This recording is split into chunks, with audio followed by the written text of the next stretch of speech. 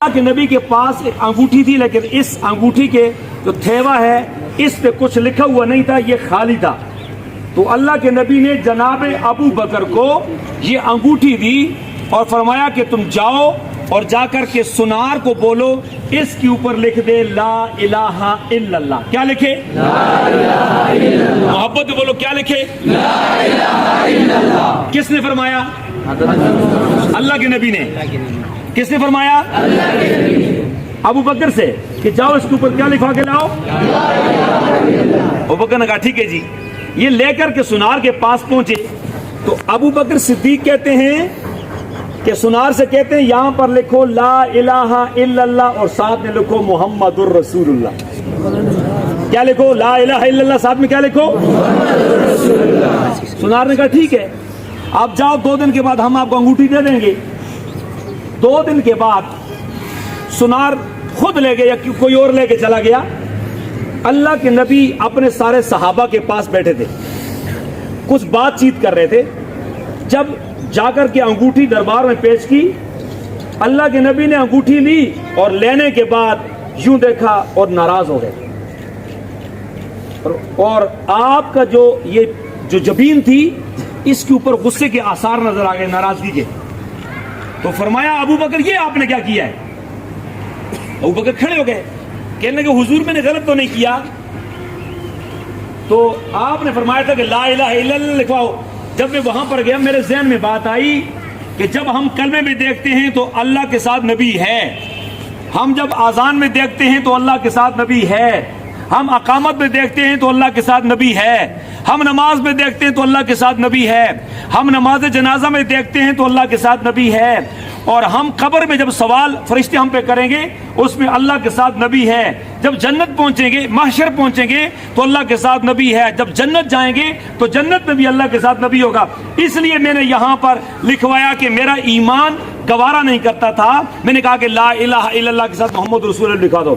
اللہ کے نبی نے فرمایا کہ اس پہ اعتراض نہیں ہے، اعتراض مجھے اس بات پہ ہے کہ یہاں پر لکھا ہوا ہے لا الہ الا اللہ محمد الرسول اللہ اور آگے لکھا ہوا ہے ابوبکر صدیق۔ مجھے اس بات پہ حیرانگی ہے کہ آپ نے یہاں پر اپنا نام کیوں لکھوایا ہے؟ حضرت ابوبکر صدیق کہتے میں اتنا پریشان ہو گیا، میں نے کہا اللہ کی قسم میں نے نہیں لکھوایا۔ تو میں شرمندہ ہو گیا کہ اللہ کے نبی ناراض ہو گئے، مجھے یہ کام کس نے کر دیا؟ غصہ آیا کہ شاید یہ کام سنار نے کر دیا ہوگا۔ کہتے میں پریشان تھا کہ اتنے میں اللہ کے نبی فرماتے ہیں کہ آسمان سے اللہ نے جناب جبریل کو بھیجا، اور جبریل نے آ کر کے یہ عرض کی کہ اے اللہ کے نبی یہ نام ابو بکر نے نہیں لکھوایا، یہ نام میں نے لکھا ہے، لیکن میں نے خود نہیں لکھا۔ جب ابو بکر انگوٹھی لے کر کے گئے آپ نے صرف فرمایا کہ لا الہ الا اللہ لکھواؤ، تو ابو بکر کے دل میں آیا کہ اللہ کے نام کے ساتھ محمد کا نام بڑا اچھا لگے گا، انہوں نے ساتھ محمد لکھا دیا، اور مجھے اللہ نے حکم دیا کہ جس طرح ابو بکر میرے ساتھ نبی کو پسند کرتا ہے اسی طرح نبی کے ساتھ میں ابو بکر کو پسند کرتا ہوں۔ اللہ نے حکم دیا، میں نے لکھ دیا ابو بکر صدیق رضی اللہ تعالیٰ۔ خلیفہ بلا فصل ابو بکر، خلیفہ بلا فصل ابو بکر، خلیفہ بلا فصل ابو بکر۔ بیٹا آخری بات یہ ہے کہ یہ ہم نے جو آپ کو پیغام دیا ہے، یعنی اس مہینے کی یہ اسلامی مہینہ ہے، 22 جمادی الثانی کو سیدنا ابوبکر صدیق اس دنیا کو چھوڑ کے چلے گئے، اور 22 جمادی الثانی کے ساتھ ہماری انگلش تاریخ جو ہے وہ 15 جنوری بنتی ہے۔ 15 جنوری کے دن بازار میں ایک خوبصورت پروگرام ہوگا، اور آپ جب بھی جائیں اپنی اپنی مساجد میں اپنے خطبات سے، اپنے اماموں سے، اپنے قرہ حضرات سے آپ یہ کہیں گے کہ ابوبکر صدیق کے حوالے سے آپ کو ایک بات بتائیں۔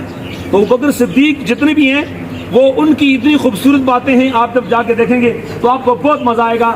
انشاءاللہ ہم نے ابوبکر صدیق کی طرح سچا اللہ کے نبی کا سچا سپاہی بننا کی طرح محمد مصطفیٰ پر اپنا سب کچھ لٹا دیں گے، لیکن ہم محمد مصطفیٰ کے نام پر کسی کو آنچ بھی نہیں آنے دیں گے۔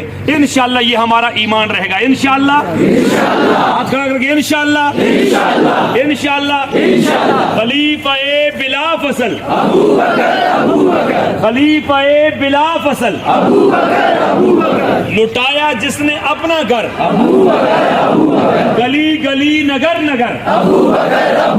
آپ سب کا بہت شکریہ۔ آپ کی انتظامیہ کا شکریہ، پرنسپل صاحب کا شکریہ، آپ کے ایم ڈی صاحب کا بہت بہت شکریہ۔ اللہ تعالی ہم سب کو حضرت ابو بکر کی طرح سچ بولنا اور سچ کا ساتھ دینے کی توفیق نصیب فرمائے۔ السلام علیکم ورحمۃ اللہ۔